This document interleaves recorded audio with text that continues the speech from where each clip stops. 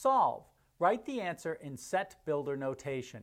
4n plus 3 is less than negative 17.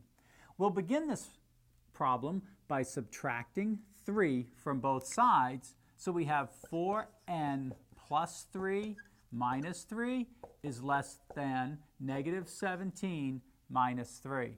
On the left-hand side, 3 minus 3 is 0, so we have 4n is less than negative 17 minus 3 is negative 20.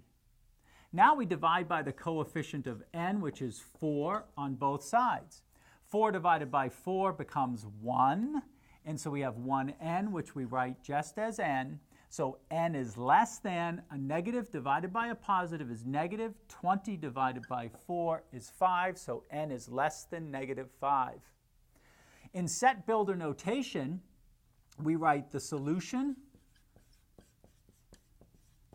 set is